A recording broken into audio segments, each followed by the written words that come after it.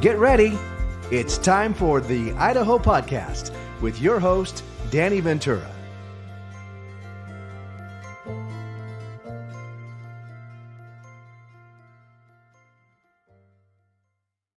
Welcome to the Idaho Podcast, where we feature the people who live, work, and play in Idaho. So glad to have you with us today in the new year, 2025.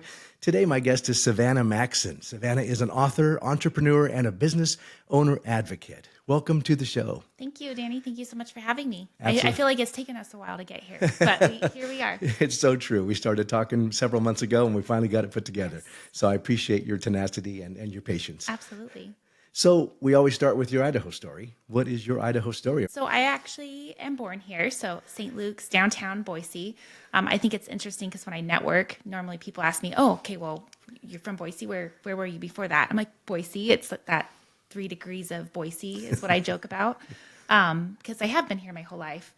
Growing up, I had a pretty rough childhood, but I credit so much to me evolving and becoming the person I am because of the unique and special community that we have here. I've had so many different people in my life in one way or another help me or be a light in a moment of hardship that I don't know if things would be the way they were if it wasn't Boise that I grew up in.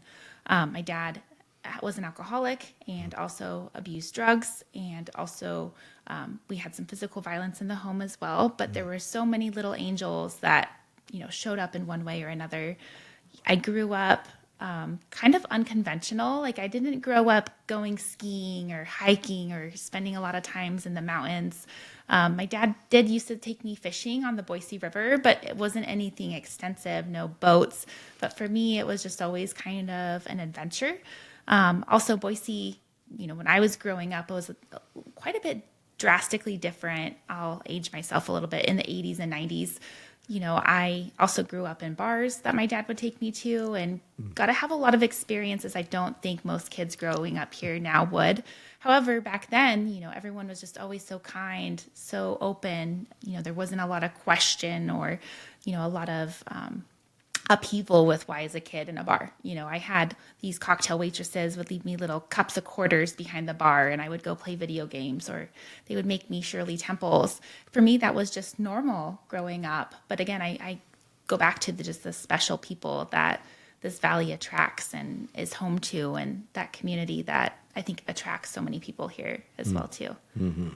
Well, I didn't realize that you had that tumultuous past. You and I share that. I had an alcoholic parent as well as a drug addicted parent. It's very challenging, and what a testament to you and the people who God put in your life to be able to pull you, as you said, the angels who helped pull you through that. And at the time, you don't even necessarily recognize that. No. And I know I can't speak for you, but for me, I learned a lot of what not to do when I became a parent, or how not to act as a husband. Yes. So less as a fostering of what's good, but more of a, well, I can't do that, and I'm not going to do that. So it was more of that. Yeah, it's definitely more of those lessons for sure. Obviously, you would rather learn those lessons a different way, but at the same time, I kind of feel like I was maybe placed in the spot I was to kind of help take care of my parents to a degree as well too.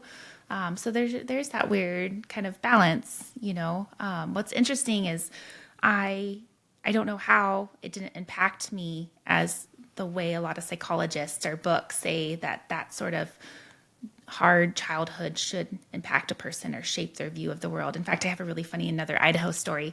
A couple years ago, I was getting recognized for an award, and I had my 2 close friends and bosses fly in, one from New York, one from Texas. We got a little Airbnb right across the street from, the Boise Co-op, and we were walking downtown. And we're just walking, and I saw someone sitting on a step as we were walking downtown to a restaurant or something, and I waved and I said hi. And my boss from New York was like, "Do you know him?" I'm like, "No, I just said hi." He's like, "Oh, so we say hi to random strangers in Idaho?" I'm like, "Don't you? Like, you just make contact and you say hi or ask how someone is. I do that everywhere." And he was like, "No, like in New York, you just keep your head down. If you say hi or ask someone how they are, you might get punched." I'm like, "Oh my gosh." Like, I feel like I tell that story just because I think part of what's allowed me to kind of be that full shaped person, even despite the setbacks, is because growing up here and the people I've had along the way. And I think that's one of the many things that makes Idaho so special is because people are so friendly and open, and I feel like people are trusting first. Yes. And I hope that never changes. Although with our population almost doubled since you were born, probably, but you've seen a lot of changes here. Yes, I really have. Yeah. And it doesn't matter even with the size or even if people are busier or maybe a little more closed off. I still just kind of show up beaming. My oldest daughter, who's 17, hates it. She's like, can we just go somewhere and you not talk to someone? Like, please. Like, why do you have to talk to everyone? Like, then we get stuck talking. Like, Mom, just stop. So, but I think, again, it's just, you go anywhere. It's amazing the brightness you can bring to someone's day, just acknowledging them or, striking up a little conversation or commenting on a piece of jewelry. It definitely changes that a little bit. So I do my best to try to keep that Idaho spirit alive as much as I can. Sure. Well, you've had a very successful career thus far in your life, not to mention being a mother of 4 beautiful children, but you, among other things, are a contributing author of 2 published books and even a 3rd book that's about to be published. So the first book is Elevate and Empower. This one right here, Elevate and Empower, Insights on Personal Growth, Resilience, and Transformation. And the other one is Lead Like a Woman. And Lead Like a Woman, Tenacious, and which contains 16 engaging stories of relentless courage by female leaders, of which you are one of them. And so I'd love to have you share with the audience today some of well, first of all, the impetus of you being a contributing writer to those books, and then share a little bit of your writings in each of them, because they're similar but very different. They are very different. In fact, actually, the Lead Like a Woman was the first one that I contributed to. And I kind of joke that I was tricked, kind of like I shared earlier, that serendipitous moment where the right person came into my life at the right time. I was just processing some pretty heavy, traumatic trauma. I kept getting stuck. Every time we'd have coffee, she would ask me, what are your goals? And I'd never been asked that question before, so that was really weird for me. You say I'm so successful, but I feel like I just kind of show up and do what needs to be done at the time. I don't see that as special or successful. So a lot of my goals or my focus stems around the people I'm around or the organizations I'm a part of, or what are those goals? How can I be the best at contributing to that? So the goal question kept coming up. I used to sit on the board. I just stepped down this last year for an organization called Go Lead Idaho. And that friend that I ended up meeting at a networking event ended up speaking for that event for us, for our gala.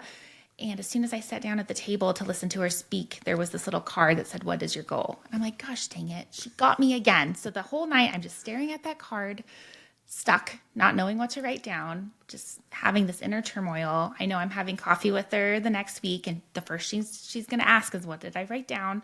So that night I ended up grabbing a stack of sticky notes, and I just started writing things I didn't want. Like, I didn't know what I wanted, but I could tell from the experiences and all the healing I did what I didn't want. So I just started writing word after word. Eventually, what was fascinating is, there's all these negative things coming out of me and pouring out onto these sticky notes, but then a positive one came. And then I kept writing the negative, and then another positive. Even if it was the opposite word of what I just wrote, the fact that I was committing to something positive that I wanted was super eye-opening to me. And all of a sudden those little sticky notes kind of became boundaries, or, I still even have them in my nightstand next to me. I even took it one step forward and put them on the spreadsheet, just because that's kind of how I operate. But if there is something pulling on me or in my gut or something I'm struggling with, I can kind of look at those words and see what's being activated or triggered. So at coffee, I told her, okay, look, I don't have a goal, but I'm making progress. This is what I did to try to figure out what I wanted. And she encouraged me to write about that experience. She's like, oh my gosh, that's amazing. You need to write about this and share this.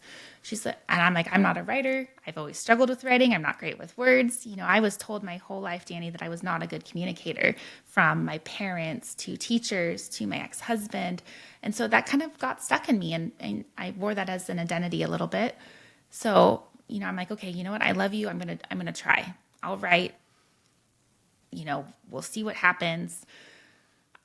I ended up emailing that to her, and then she sent it over to her publisher because she co-authored a book earlier that year as well too. And then next thing you know, I'm getting invited to participate in Lead Like a Woman, polish this chapter, and contribute. And it wasn't something I set out to do. It wasn't something I was like, oh, I want to be a co-author this year.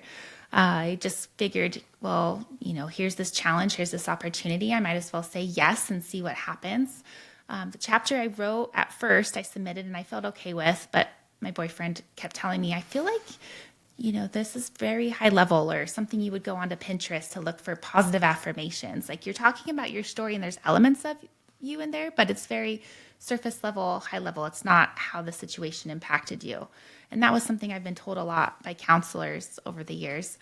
And so I submitted what I submitted, get it back from editing, hated what they edited, cried, go to my boyfriend, and I read it to him, and I'm like, I can't put this out there. I got to pull out of the project. And he's like, well, sweetheart, there's two things we can do. We can either rewrite this chapter and submit it, or you pull out and you do the next book. And I was like, no, I can't do that. So I messaged my publisher. I said, is there any way you can give me a couple of extra days? I want to rewrite this. And they ended up having a late submission. So I was able to rewrite my chapter. I stayed up that whole night. I had 36 hours to write a chapter, had a couple glasses of whiskey. And next thing you know, the chapter that is in that book was what was ended up writing. But what is crazy is I read that now and it's so raw, and there's some things I wish I would have changed. But it was the first time ever, Danny, that my story and what I went through and it impacted me was not only spoken but written as well too. So that book is very special in a lot of ways, very symbolically. So. Well, it may not be perfect, whatever perfect is on this side of heaven, in your mind right now, but it's perfect because it came from your heart and was raw in that moment, right? I'm a believer in the moment. So we can always go back and edit and go, oh, this could be better, or I would have chosen this word. But I love the rawness, and usually that's, in my opinion, the most natural and believable, authentic self, right? Yeah. So can you give us a little bit, maybe cliff notes, if you will, of your chapter? So I actually shared the Post-it note story as well too, just kind of as my takeaway or my gift to, like, if you do go through really hard and struggles that you have, don't stay stuck. If something works for somebody else, but it doesn't work for you, that doesn't mean there's anything wrong with you. I took to sticky notes to kind of help get unstuck. But the biggest thing is just not staying stuck, not being in that place of autopilot or survival mode. So. And then tell us a little bit about Elevate and Empower. So what's fascinating about Elevate and Empower, so the book that's coming out next month is another book of Lead Like a Woman. So Andrea Houston is the organizer of that book, and she set out to write 5 volumes. And each book kind of has a theme. The first one was leading from the trenches. The one I contributed was Tenacious. The second one was Audacity. So I'm actually contributing to Grateful next month. She invited me to contribute to not just the 4th one, but the 5th one. Oh, congratulations. Thank you. Yeah. Elevate and Empower kind of came to me as a surprise as well, too, because even though Andrea Houston was the individual who organized the book and pulled all of these women together, and she has a nonprofit, Lead Like a Woman, where she does podcasts and constantly highlights great women entrepreneurs and leaders. I had a call or a calendar invite pop up randomly from our editor, Suzanne Doyle. She's based out of Seattle. She was actually the one who published and organized and pulled all of the pieces of the book and publishing together. And I was really surprised because all of our calls before were collective. It was all 16 women, or it was the group as a whole collective. And so at first I was like, why is Susan wanting to meet with me? Like, is this an accident? We get on the call and she tells me, Savana, I just had to tell you, like, your chapter is so special. It means so much. I could never tell you that, though, because we would always had the other authors. And I was like, oh my gosh, thank you so much. You've published thousands of books. You've been doing this for 20 plus years. Like, that means so much to me that my chapter could be that impactful to you. And she's like, no, you're not hearing me. Like, your chapter is special. She's like, when I read your chapter, it's the first time I didn't feel alone in my situation or what I was going through. And of course, I kind of was just taken back, and I'm like, oh my gosh, that means so much. Thank you. I can't believe this is the feedback I'm getting from you, especially who's read so much, I can't even imagine. And she's like, no, Savannah, I am a week and a half into my separation, and my friends and family don't even know I had the courage to finally leave. It was what you wrote in your book that gave me that strength to take those steps. Wow. And I just started bawling because I was like, wait, what? Here I am picking this chapter apart, feeling like it's so raw and imperfect, yet the publisher, who her job literally is to read so much. She's published, like I said, over 1,000 books, worked with so many authors. This is the feedback I'm getting. And so she was actually the one who's like, yeah, I'm creating a couple of other series with collective artists and authors. I would really love just to continue to pull you in as I can, or as you're willing, until you're ready to write your book. So I'm just not quite there yet. So that's kind of where Elevate and Empower came from. Again, I didn't seek it out. I didn't think, oh, I want to contribute as much as I can. It just kind of came organically from those relationships and sharing and getting out of my comfort zone. Mm-hmm. So what is it specifically that you think in that chapter, or you may know, that really touched her heart? So I think it was just sitting. So there's a section in my chapter where I talk about how, going through separation, I did everything I could to try to save my marriage. Like, that wasn't what I got married to intend to. I actually write kind of what was going on in my head during a counseling session, and how whenever I try to bridge that and I try to overcome those type of things, it was always my history or my past or the abuse I went through growing up that was kind of used and wielded against me. And it was kind of sitting in that moment where I realized, because of what my ex-husband was telling me and my counselor was telling me, that nothing was ever going to change. I was going to have to cut pieces or parts of myself off to make this work. I would never be able to really be restored or whole. So I think it was that inner dialogue and just that kind of connection of, wow, like, I get to determine this. I get to make those sticky notes of what I will and will not take anymore and accept, and that courage to follow that, and constantly add new sticky notes, maybe take some off, like just that ability to sit with those things, and you get to decide, what was important to you or what your value is. I hope is what gets portrayed through that. Yeah. So. Well, that's remarkable, because in our lives, when we come into contact with so many people, especially professional people, a counselor or whomever, psychologist, whatever it was, when you hear something enough times, we start to believe it. Someone says, you're not good at this, or you're great at this. When, I always use the analogy of parents who tell their kid that they sing great, but when they don't sing great, and because they don't want to be honest with them, but then the kid grows up thinking they sing great, and then they go embarrass themselves, like in a talent contest or what have you, because they can't carry a tune to save their life. But just, no matter what it is, positive or negative, we hear that enough, and we believe it. It becomes set in stone for us. Yeah. I'm curious if you would share, how did you break that chain? Because it really is a chain around us, and how were you able to overcome it? Well, it's interesting that you asked that question, because I have carried a lot of those labels or stickers or words that people had put on me. I had been told from my dad, as long as I can remember, that I was an accident and a mistake. If I never would have happened, my marriage to my mother would have been fine, or that stress that I put on them wouldn't have caused them to spiral out of control as much as they did. I went from the extreme of dealing with this physical abuse from my father. My mom tried to do her best, but she was definitely disassociated.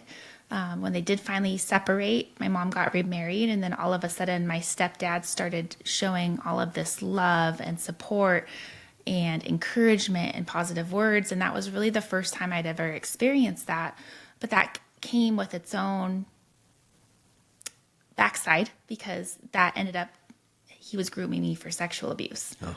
And so all of a sudden, I'm being told these negative things, and then I'm being told these positive things, but the positive things came with the negative. Growing up, I was just really confused and really lost. In that chapter, I talk about how I was even spiraling a little bit and just kind of lost and kind of bouncing around to different friend groups or just different, trying to find where I fit until I ended up seeing the 2 positive lines on a pregnancy test and had my oldest daughter. She definitely was really kind of the catalyst that pivoted me to start making choices for her because I didn't want her to grow up the way I did.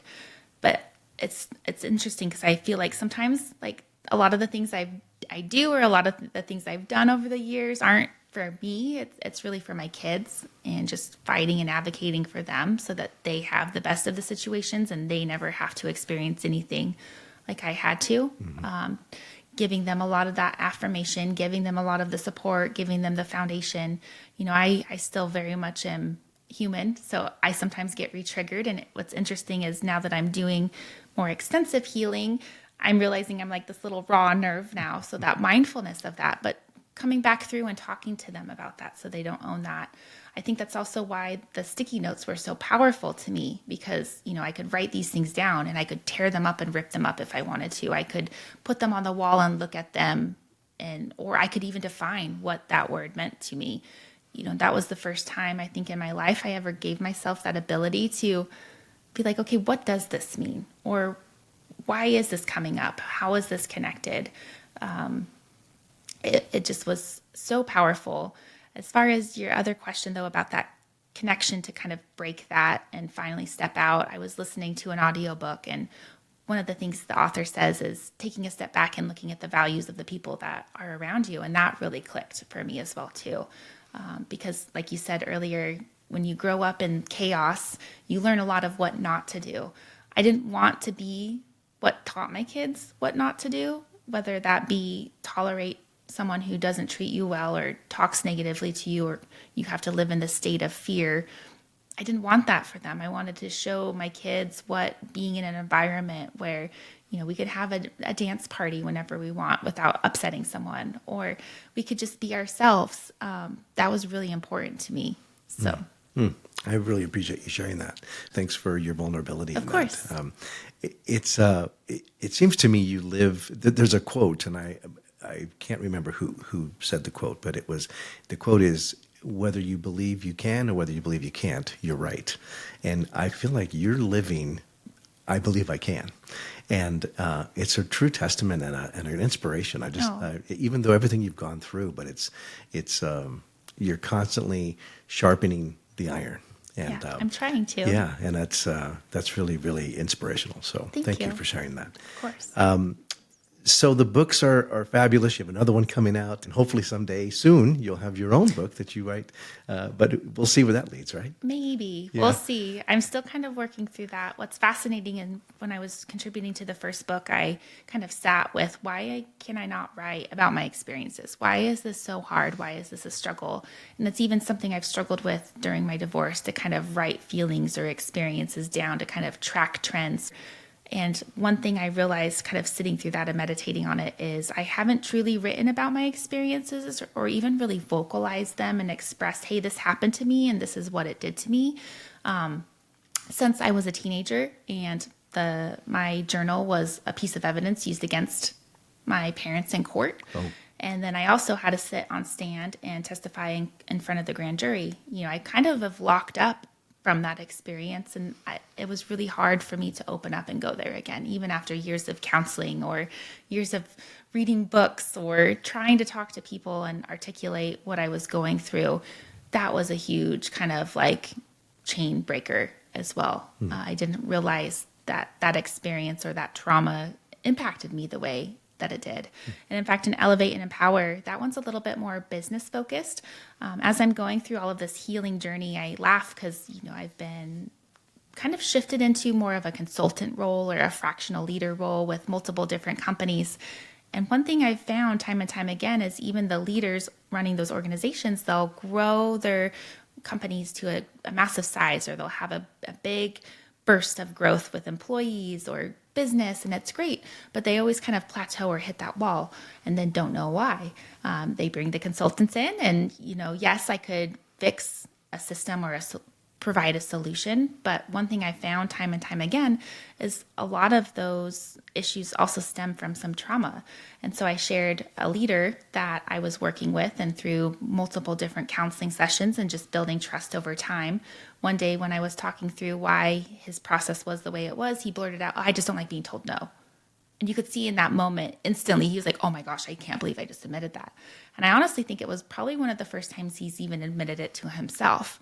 But that statement said so much to me, and it meant so much more to helping him work through a solution and helping him work through the adoption of a new change, helping him interact with his team, helping his team understand why we were implementing these changes than just creating a solution. That would have just been a Band-Aid that would have broke again whenever he got activated or felt cornered, not wanting to be told no, because it wasn't just not wanting to be told no by his clients. It was also not wanting to put something in place and hold his managers accountable because he didn't want his managers to tell him no. Like, it just rippled in so many different degrees that it really opened my eyes that we're all kind of in this healing work of, oh my gosh, what words are we carrying? What traumas are we carrying? And it all stemmed from a situation that happened with his dad in business years and years and years ago. 20 years later, it's still coming up for him. It just sparked this desire to want to help people feel comfortable enough to face those things, have the support, and then have someone that can not only help them move through that and be maybe comfortable with that uncomfortability, but also have a solution to see, okay, we can change these things. There are ways to address that too. Yeah, for sure. Business and personally, we all will hit plateaus. The challenge when we hit a plateau is we don't really want to do the work at that point, because usually when you hit a plateau, you're generally burned out or you're stressed out or something is preventing you from truly evaluating and holding up a mirror, because that's what it requires. You have to hold up a mirror and look intently in that mirror to say, what needs to change? How do I need to re-lever so that I can now migrate that plateau to something better? And recognizing sometimes it's starting all over, not necessarily, I don't mean starting a company all over, but it almost, you have to go from scratch again. Yeah. But it takes that type of evaluation and honesty, really, to be able to look that closely and say, no, we made some errors here and there. We had this success, and let's honor those successes. But we can't get beyond this until we admit these few things and then change them. Absolutely. That's interesting stuff. Plateaus are a crazy thing in life, but they really are. And I have so much respect for leaders and businesses that can honestly look at their company, look at their shortcomings and say, okay, this is maybe where we have an area for improvement. Or I always like to say opportunities. Mm-hmm. If you just look to the good, it's kind of like you said, if you say you can, you can. If you say you can't, you can't. I think so many business leaders want to look to the good and forget the bad, where really the bad, let's just say it's really just a perception of bad. Really, it's just an opportunity for growth, an opportunity for improvement, or an opportunity to strengthen something. But a lot of people struggle with that because it is uncomfortable. It is looking in the mirror and being like, oh, okay, we've really got to get realigned with our values, or we really do need to hold ourselves accountable a little bit more as well too. Yep, accountability. I completely agree with that. That's awesome. So you're currently head of operations at Lucro Consulting. Yes. Tell us a little bit about Lucro, what they do, just high level, and then also share, please, if you will, what is the mission of the company and how does your role currently impact their mission? So Lucro's kind of a funny story. The company that I was working at before was actually the company that I was at during the last couple of years of my marriage. I had, quite a bit of emotional abuse going on from both my boss as well as my husband at the time, but not a lot of people knew that. I got brought on to this organization because my ex-husband at the time got laid off. And, here I have 4 babies that I need to take care of. I made the choice to step back and stay home and put a break in my career for a little bit. But I needed something to just sustain us until he could get things figured out. So I called my friend, and she was an HR company for a tech consulting firm. They specialized in Salesforce, so implementing Salesforce for sales teams or just a tech enablement for their customer service database.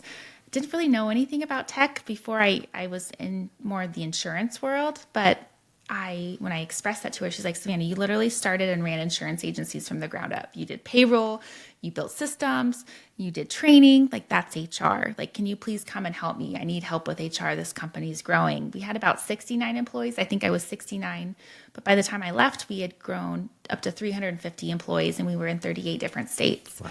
And so really it was just rolling up my sleeves and trying to figure out the communication barriers and get everyone to play nice with each other, figure out the needs and kind of close those gaps as much as I could.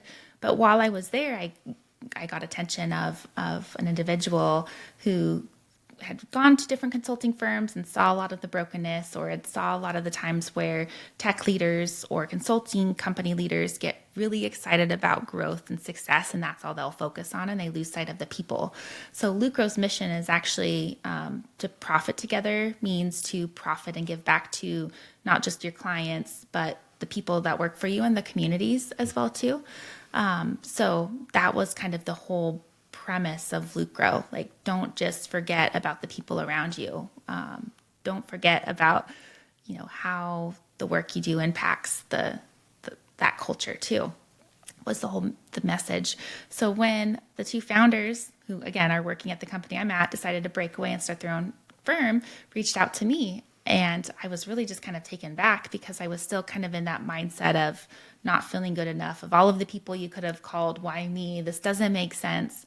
But after a couple of months of having a lot of deep conversations, and one boss in particular kind of going through similar experiences and seeing what I had gone through, really gave me that courage to not only leave that abusive work relationship, but also the not healthy personal relationship. So in the same month I left and started Lucro. Wow. So I've been with the founders since basically the inception of the company. Even before they brought me on and hired me, I was working at night, answering questions for them, reviewing their handbooks, getting all of the things in place they needed to move forward.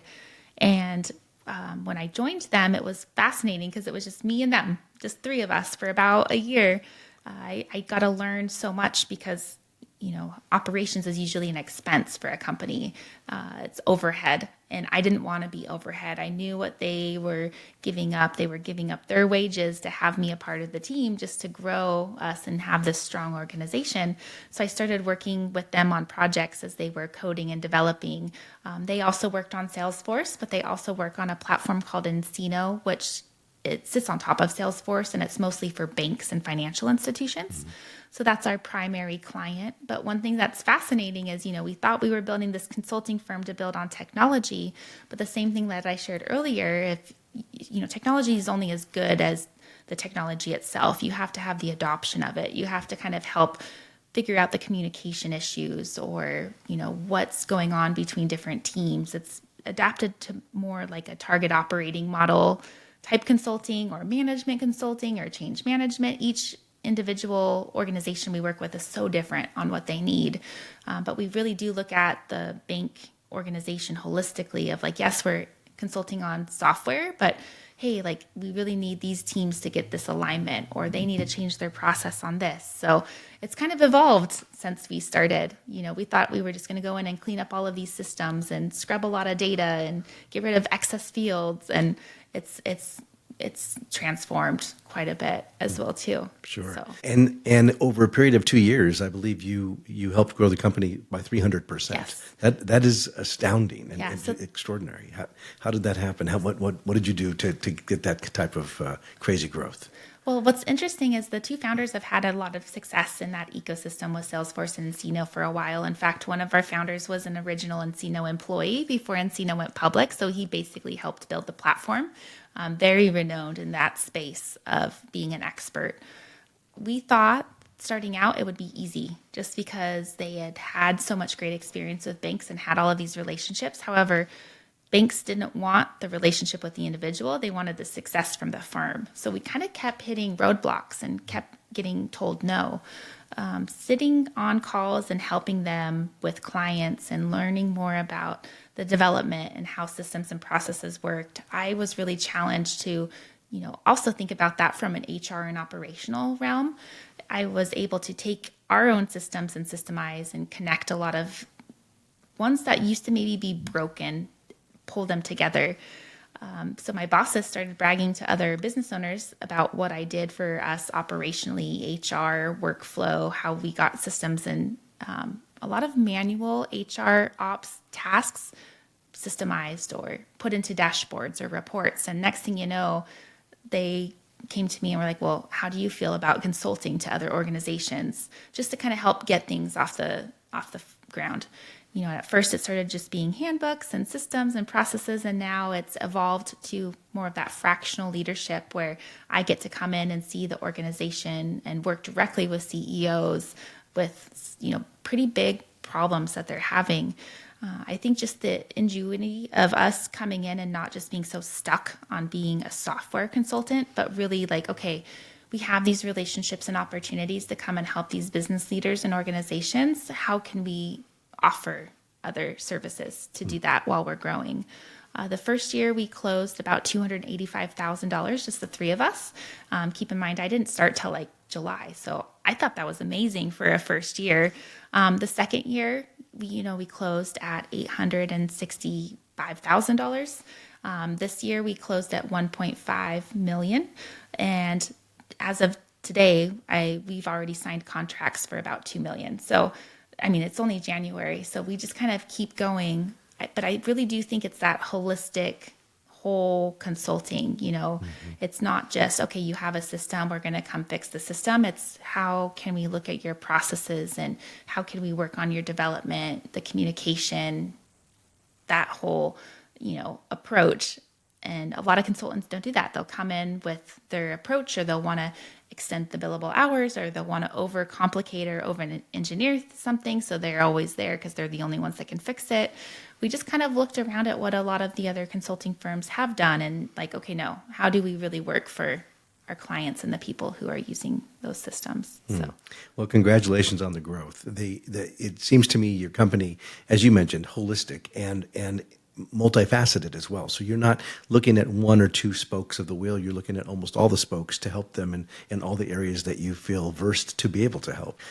And you also have earned multiple prestigious awards personally, and I know it makes you uncomfortable talking about it, but so I apologize. But none the least of which is you were awarded Accomplished Under 40, Circle of Influence, and you were even named Woman of the Year twice by the Idaho Business Review. What would you say it is about you as a person and what drives you and your personal professional success that defines these merits? Yeah, I don't know the answer to that. Okay. But I do have a funny story of how that's kind of evolved, kind of similar to the book. It all kind of stems on me borrowing someone else's belief in me. I had gotten nominated for the Woman of the Year award in 2022. And I was like, oh my gosh, I got nominated. That's so great. But one of the requirements to participate in the program is you have to collect 1 to 3 letters of recommendation, and you have to fill out this application. So naturally, the first thing I do to learn more, I'm like, okay, I'm going to go look at this award and see what it is. Who are the past winners and what have they done? I open that website up and I'm like, I don't even stand anywhere near these individuals or these women. Like, I could never apply for this. It's just an honor that someone thought that I would be worthy of participating. And I was telling a manager in a one-on-one about how I got nominated, and it's so great. And she's like, well, you're completing an application, right? I'm like, no, I'm not. I don't want to inconvenience anyone to ask for a letter of recommendation. I could never do that. And she just rolled her eyes. She's like, Savannah, you're going to sit here. You're going to fill out this application, and I'm going to write a letter for you. And we submitted it. And I didn't think anything about it. A few months later, I got an email that I was selected, and I was beside myself. This was before, leaving that company, before separating. I could not believe that I was selected. I was like, there has to be a mistake. This is a joke, right? I actually emailed them back and like, are you sure? Are you sure this was intended for me? That year when I went to the award, that was actually the award that both my bosses flew into town for to take me and come with me, because I just still couldn't believe that I was one of the ones that got to walk across the stage and grab a statue. In fact, I basically ran across the stage because when we went there, I was wearing just like a little thrift store dress. I knew all of these women and their accomplishments. I had studied like what they had done and all they had accomplished. I just didn't feel worthy to be there. In fact, there was an employee of Idaho Business Review who I literally about turned around and walked back and didn't walk on the stage when they called my name, but she saw me and just gave me a hug. And I was like, okay, I can do this. She gave me a hug. I got this. But again, just kind of ran across the stage, super scared. The next year I got nominated again. And I'm like, okay, well, there's no way they'll pick me 2 years in a row. I'll fill out this application. I'd gone through leaving this company, starting this new one, going through all of these things. Like, I need to write about all of the things I've learned and all of the things I'm accomplishing and working towards. And it almost was like therapeutic, this dumping ground. Then a few months later, I got an email. I'm getting recognized again. I'm like, wait, what? Like, this can't be real. What is happening? But that year, I definitely felt a lot more prepared. I kind of knew what to do. They actually do a mixer for all of the current winners and past winners that I had gotten invited into the year before. I just didn't feel qualified or anywhere near the realm of the women that I knew would be attending. But they did something interesting in 2023. They started a panel. I was like, okay, well, I'll go to the panel and I'll listen to what these women say because I want to learn from them. I want to see what they've done to achieve the success they have. And then I'll decide if I stay for the mixer. Went to the panel, was so inspired, and then all of a sudden now have things to talk to people about. So I stayed at the mixer and got to meet a lot of these individuals. In fact, one of the ones who helped get me to co-author this book.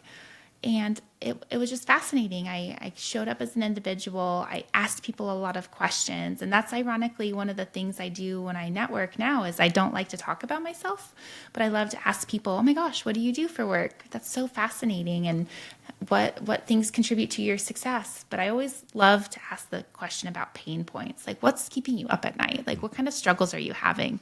And the next thing you know, our conversation turns into this brainstorming session of like different ideas or approaches that they can do to fix their solutions. And then they're asking me to come in and meet with their team and how can you help us? So I think just that curiosity and really genuinely seeing people for where they are and being, interested in what they're struggling with and how you can improve that even in the smallest way, if it's a book or a resource.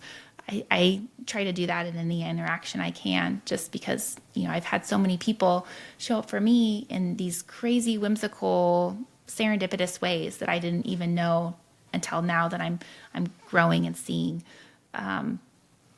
So yeah, that's that. The 40 under 40, I got nominated for that, and I'm 38 right now. So I was kind of one of those things where I'm like, oh, I hate the attention. I don't like doing these things, but man, I don't want to get past 40 and look back and be like, oh, I should have applied and tried, but I did. And they selected me this last year for the Accomplished Under 40. Wow. So it's just kind of been one of those putting it into the universe and seeing what happens and, being open to what new connections I get to make because of those opportunities, and then saying yes to some of the new challenges, or maybe something I would have not pursued if I didn't do that before. So that's remarkable. It's been said where reticent leaders are typically, mostly, more often than not, make the best leaders.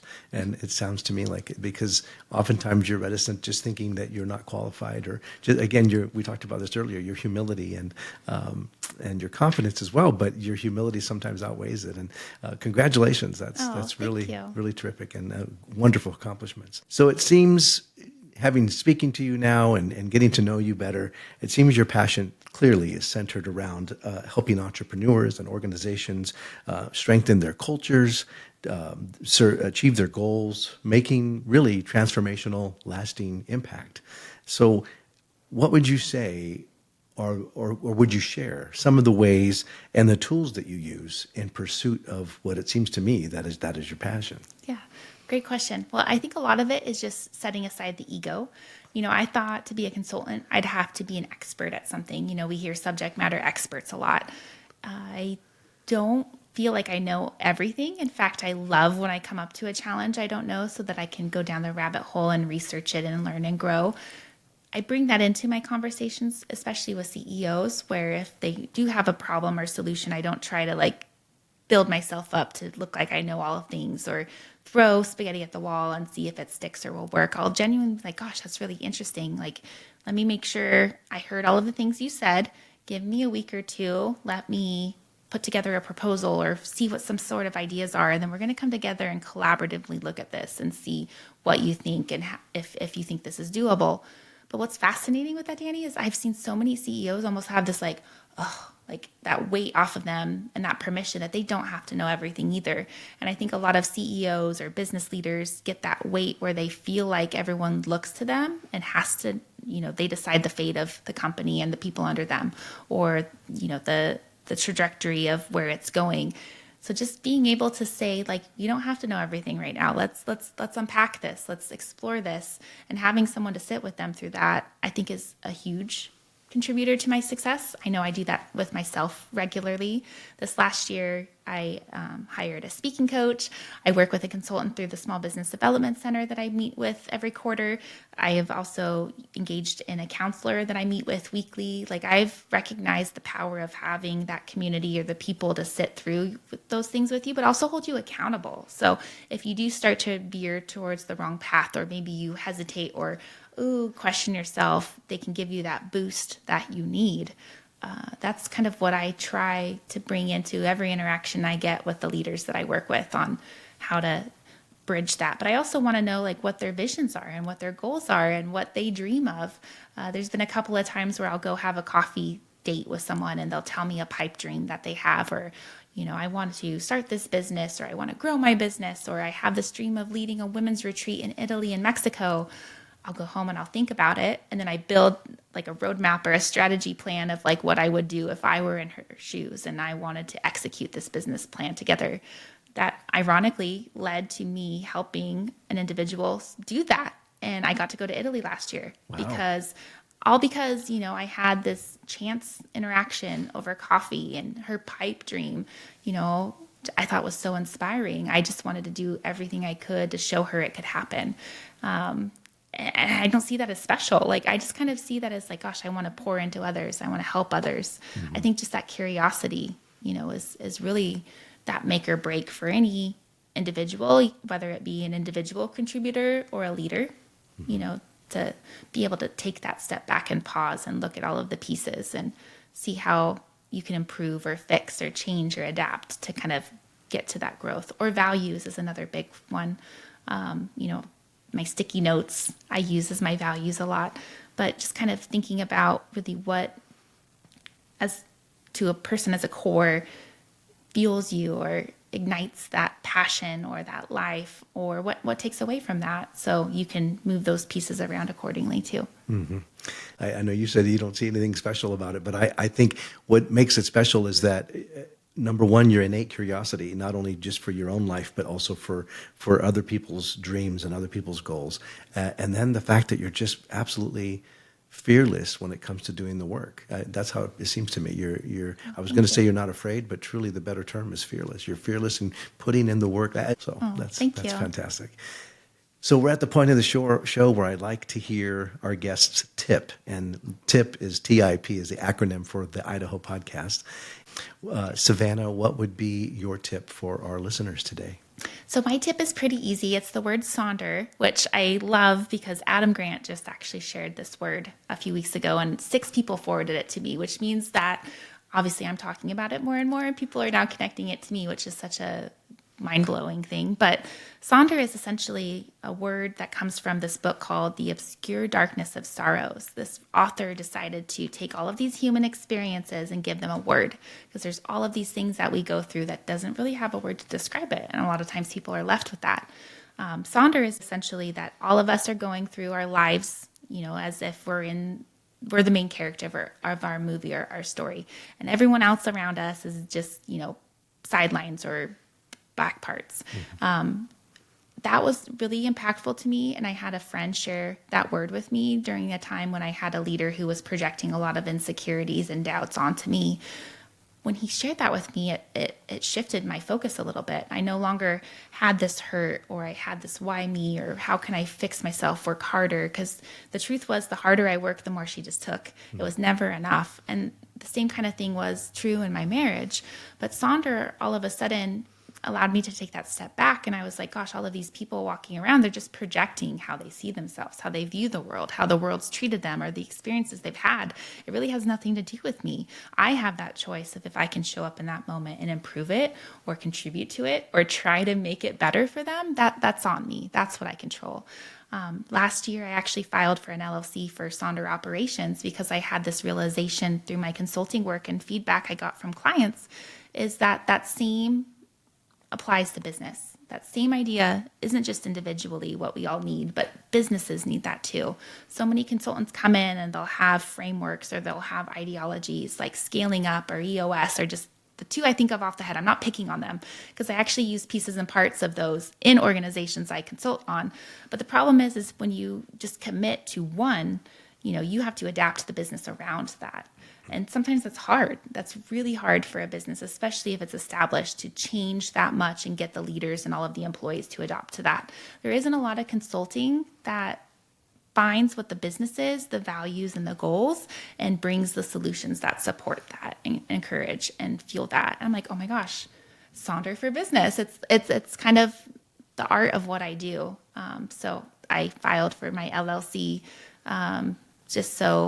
because I know with Lucro, we really are truly building that business to grow and sell in the next 5 to 6 years. But one thing my boss told me last year, he's like, you have all of these other businesses that you're consulting on and supporting that don't align with what we're trying to sell. Like, you need to start your own company so that these companies have a place to go when we do. And he's like, and I have all of these other businesses I want to build after this. So I need you. So like, will you just start your own company so that I just can keep working with you and all of these other people can keep working with you? And so I did file, haven't done too much with it because I'm still so committed to, there's only so much of me, but I have been working on, frameworks and foundation works and how can I build resources that can help people at a broader scale instead of one-on-one individually. So that's kind of a side project for now, but having that established and having that kind of as my value and my North Star really keeps me focused on how can I challenge and grow myself, not just for my clients, but for that goal or that dream one day to take that on full time. Sonder Operations. I think that's got legs for sure. Obviously, you do. Do you have a website yet, or you just? I do. Okay. It's just a landing page mostly. Sure. But yes, sonderops.com. Sonderops.com is my website. Okay. Like I said, it's really just a landing page, just to kind of get things established. One thing I've learned is I'm really, really great at working and helping other people. Not so great working on myself. So, I might need to hire someone to actually do that for me. Yeah. But for now, if anything, it's someplace that I can just kind of have as a hub and eventually build on. So. Sure. Well, it's important that we understand where our limitations are, right? Not only time limitations, but resource limitations and experience limitations. And you're more of a consultant, visionary, mission-driven person. So it's good for you to be able to scale. You do need to bring in talent behind you and to uplift you and support you because that's what it takes. And again, that's how we scale things. But Sonder Operations is very cool. Thanks for sharing that. Yeah, very, thank very you good. for asking. Well, it's been an absolute pleasure having you on the show today. I really appreciate again, as I said earlier, just your authenticity and your willingness to share and just being so raw. And I appreciate you taking the time out. So, but thanks again, Savannah. Really appreciate it. Thank you. And I encourage you to read the books, check them out, Lead Like a Woman, and also Elevate and Empower. And I'll have up the links on the screen as well. But thank you so much for joining us today. And I hope to see you again on the next show. In the meantime, make it a great week. Take care.